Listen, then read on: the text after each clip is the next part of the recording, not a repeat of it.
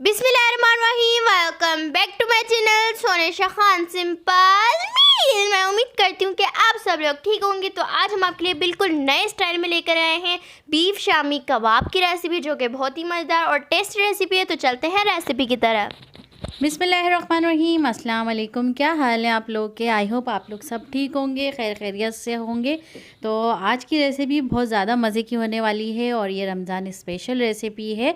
तो सोचा आप लोगों से भी शेयर करूं और आप लोग इसको बनाएं रमज़ानों में और फ्रीज़ कर सकते हैं इसे।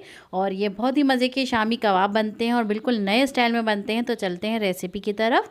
तो यहाँ पे देखिए मैंने ले लिया है 750 ग्राम। आप चाहें तो गोश्त की क्वांटिटी बढ़ा सकते हैं। और यहाँ पे मैंने इस तरह की इसकी बोटियाँ करवा ली थी और ये बोनलेस बीफ है।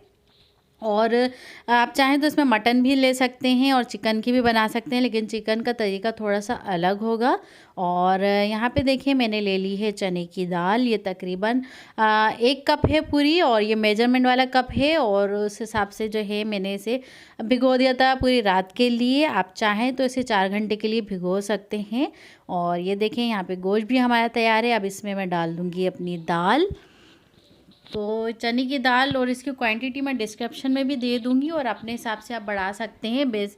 और यहाँ पे देखें अगर गोश्त आपका 1 किलो है तो आपने यहाँ पे तकरीबन आधा किलो दाल इसमें डालनी है। अगर आप बिल्कुल स्ट्रीट स्टाइल की तरह बनाना चाहते हैं और रमज़ानों के लिए बनाना चाहते हैं तो उसके कबाब इसी तरह से बनते हैं।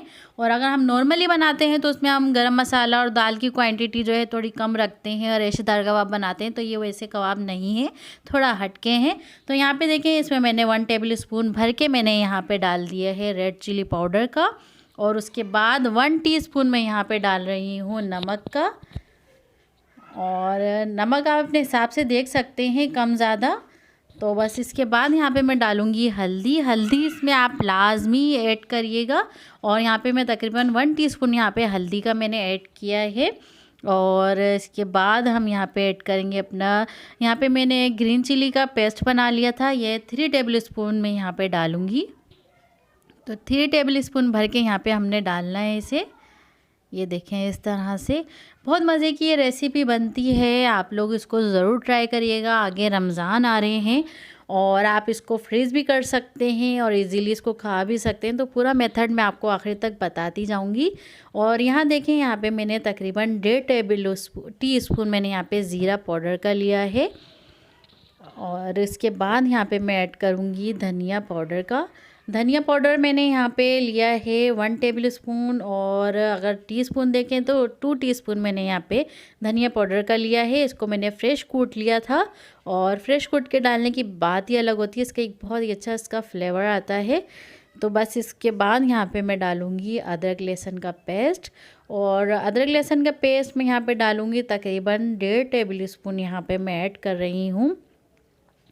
ये देखें। और उसके बाद यहाँ पे मैं डालूँगी कश्मीरी लाल मिर्च। यहाँ पे मैंने ली है 6-7 मैंने यहाँ पे ली हैं। और लौंगी मिर्च मैंने यहाँ पे नहीं डाली, दोनों का तकरीबन मिलता जुलता फ्लेवर ही होता है। तो बस यहाँ पे मैंने ये ऐड किए हैं। और यहाँ आप देख सकते हैं मैंने साबुत गरम मसाला इसमें ऐड नहीं किया। और आप लोग आगे चल के देखते रहें क्योंकि इसमें गरम मसाले की जो हम लोग पीसते हैं तो इस तरह से गरम मसाले अगर आते हैं मुंह में तो फिर वो चीज़ नहीं होगी बिल्कुल। और बिल्कुल बाज़ार जैसे बनेंगे बिल्कुल फ़ाइन से। ये देखें यहाँ पे अब सारा मिक्सचर जो है मैं प्रेशर कुकर में डाल रही हूँ। आप चाहें तो नॉर्मली पतीले में भी बना सकते हैं। तो यहाँ मैं प्रेशर कुकर में डाल रही हूँ और उसमें मैं डालूँगी तकरीबन 1.5 गिलास पानी। और अगर आप नॉर्मल पतीले में बना रहे हैं तो आपने क्वांटिटी पानी की बढ़ा देनी है। तो यहाँ मैंने 1.5 गिलास पानी डाला है इस क्वांटिटी में। तो आप अगर पतीले में बना रहे हैं नॉर्मल तो आपने डालना है 2.5 गिलास पानी। तो ये देखें बस 1.5 गिलास में पानी डाल दूँगी और इसे कवर करके मैं रख दूँगी। यहाँ देखें आप इसकी जो है फ्लेम में हाई कर दूंगी। और जब इसमें से स्टीम निकलना शुरू हो जाएगी तो फिर इस पर मैं सीटी लगा के और इसे कवर करके 15 मिनट के लिए छोड़ दूंगी। ये देखें यहाँ पे इसको हाई करके अब मैं 15 मिनट के बाद फिर मैं आप लोगों से मिलती हूँ। तो ये देखें इस तरह से कवर करके आपने छोड़ देना है। सीटी भी हमने लगा दी है और ये हो गए थे हमारे 15 से 20 मिनट। और माशाल्लाह माशाल्लाह हमारा गोश्त और दाल देखें कितनी ज़बरदस्त गली है और पानी का एक कतरा भी इसमें नहीं रहा। और आप देख सकते हैं कितनी ज़बरदस्त लग रही है। अब इसको एक खुले बर्तन में हम निकाल लेंगे ताकि थोड़ा सा जो है ये ठंडा हो जाए। ये देखें यहाँ पे इस तरह से आपने निकाल लेना है। ये देखिए इसको ठंडा कर लेंगे और इसके बाद ये देखें इसको थोड़ा सा हम फैला लेंगे यहाँ पे। और मैं आपको गोश्त भी दिखाऊंगी कि गोश्त किस तरह से गला है। बहुत ज़बरदस्त गोश्त हमारा गला है। और जो जो हमारे चैनल पे नए हैं वो हमारे चैनल को ज़रूर सब्सक्राइब करें, लाइक करें और बेल आइकन के बटन को क्लिक कर दें ताकि हमारी हर आने वाली वीडियो की नोटिफिकेशन आपको मिलती रहे। तो यहाँ मैं आपको दिखा रही हूँ गोश्त देखें कितना ज़बरदस्त गला है, हाथों से ही टूट रहा है बहुत अच्छे से। तो अब इसको हम पीस लेंगे। तो यहाँ पे देखें यहाँ मैं इसमें आप लोग क्या बोलते हैं इसको पता नहीं है, मैं तो यहाँ डंडा कुंडा हम लोग बोलते हैं इसे। आप चाहें तो प्रेशर उसमें मशीन में भी चॉपर में भी पीस सकते हैं, आप चाहें तो सिल पे भी पीस सकते हैं। तो यहाँ पे हस्बैंड को वो पसंद है इसमें, तो इसमें बहुत अच्छा जो है पीस जाता है और बहुत अच्छा इसका फ्लेवर आता है। तो मैं इसी में पीसूँगी, आप चाहें तो आप मशीन में भी पीस सकते हैं इसे। तो यहाँ थोड़ा थोड़ा करके मैं इसे अच्छे से पीस लूँगी क्योंकि गोश्त और हमारी दालें जो हैं बहुत अच्छे से गल गई हैं। देखें थोड़ा सा टाइम टेकिंग है पर ये कि बहुत अच्छा इसका फ्लेवर आता है अगर इस तरह से आप लोग बनाएंगे इसे। तो बस इसी तरह से सारे कबाब जो है, कबाब का मसाला है वो मैं पीस लूँगी।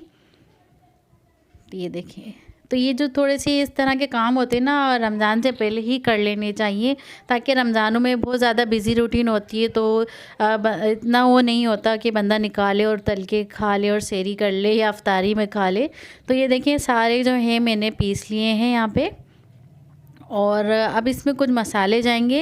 यहाँ पे मैं डाल रही हूँ 1 टीस्पून के करीब गरम मसाला पिसा हुआ लिया है क्योंकि हमने साबुत नहीं डाला इसलिए हम यहाँ पे डाल रहे हैं। और उसके बाद यहाँ पे मैं डाल रही हूँ हरा धनिया और हरा धनिया के बाद यहाँ पे मैं डालूँगी 1 अंडा। और यहाँ देखें अंडा डालने के बाद और यहाँ पे देखें आपने नोट किया होगा मैंने प्याज नहीं डाली, वो इसलिए क्योंकि हम इसे फ्रीज़ करेंगे और जो चीज़ फ्रीज़ करने वाली होती है उसमें प्याज हम बिल्कुल भी नहीं डालते क्योंकि फिर जो हम मिक्सचर बनाते हैं वो हमारा ख़राब हो जाता है क्योंकि प्याज जो है वो जल्दी ख़राब हो जाती है, पानी छोड़ देती है। तो हमने इसको फ्रीज़ करके रखना है, तो इस बात का ध्यान रखना है आपने प्याज इसमें बिल्कुल भी ऐड नहीं करनी। और बस इसको हमने कर लिया था अच्छे से मिक्स और इसके हम बना लेंगे कबाब। आप चाहें तो जो कबाब में आता है जिससे कबाब बनते हैं और अगर चाहें तो उससे बना लें या कोई आप कवर ले लें जिसमें आप डाल के कबाब का शेप दे सकते हैं। तो खैर मैं यहाँ हाथों से देसी स्टाइल में बना रही हूँ और काफ़ी मज़ा आता है इस तरह से कबाब बनाने में। तो इसी तरह से सारे कबाब मैं बना लूँगी। ये देखें यहाँ पे हाथों से, अगर हाथों पे चुपके तो आप पानी भी लगा सकते हैं। और यहाँ देखें सारे कबाब हमने बना लिए हैं। इस पॉइंट पे आप इसे जो है थोड़ा सा फ्रीज में रख के जब ये थोड़े से ड्राई हो जाएं तो फिर आप इसको किसी भी जिपलॉक बैग में या कंटेनर में डाल के फ्रीज़ कर दें आराम से। और जब आपका दिल करे तो थोड़ा सा डीप फ्रोस्ट करें और उसके बाद इसको तल के खाएँ, कोई फ़र्क नहीं पड़ेगा टेस्ट में बिल्कुल। और बहुत मज़े के बनते हैं और ख़राब भी नहीं होते। तो यहाँ देखें अब मैं कुछ कबाब आपको तल के दिखाती हूँ यहाँ पे। और यहाँ मैं कर रही हूँ शैलो फ्राई नहीं कर रही हूँ, डीप फ्राई कर रही हूँ और ये ऑयल नहीं पिएंगे, आप बेफिक्र रहें। तो यहाँ देखें यहाँ मैं पकाती जाऊँगी लेकिन आपने इसको थोड़ा टाइम देना है। यहाँ आपको वीडियो में लग रहा हो कि मैं जल्दी जल्दी बना रही हूँ, ऐसा नहीं है। तो आपने इसको मीडियम लो करके इसको पकाना है जब तक इसका कलर चेंज नहीं होता क्योंकि हमने इसमें अंडा भी डाला है तो उसकी स्मेल वगैरह हर चीज़ जो है अंडा भी अच्छे से पक जाएगा, स्मेल भी ख़त्म हो जाएगी। और तो ये देखें माशाल्लाह हमारे गर्मा गर्म शामी कबाब बन गए हैं और इसे एक प्लेट में हम निकालते जाएंगे। और इसको आप चाहे केचप से खाएं, ग्रीन चटनी के साथ खाएं, जो भी आपकी पसंद की चटनी है उसके साथ खाएं या सर्व करें, या आपकी मर्ज़ी है। ये देखें माशाल्लाह माशाल्लाह, ये देखें माशाल्लाह कितने ज़बरदस्त हमारे शामी कबाब बन के तैयार हुए हैं, बिल्कुल बाज़ार जैसे। ये देखें माशाल्लाह माशाल्लाह। तो उम्मीद है, मुझे लगता है कि आपको हमारी ये रेसिपी आज की ज़रूर पसंद आएगी। तो फिर ये देखें यहाँ पे। तो बस मिलते हैं नेक्स्ट वीडियो में नई रेसिपी के साथ। दुआओं में ज़रूर याद रखिएगा और चैनल को ज़रूर सब्सक्राइब कर लिएगा और बेल आइकन को दबा दिएगा ताकि हमारी हर आने वाली वीडियो आप तक पहुँचती रहे। तो फिर मिलते हैं नेक्स्ट वीडियो में नई रेसिपी के साथ। दुआओं में ज़रूर याद रखिएगा मेरी और आयशा की तरफ से। अल्लाह हाफिज़।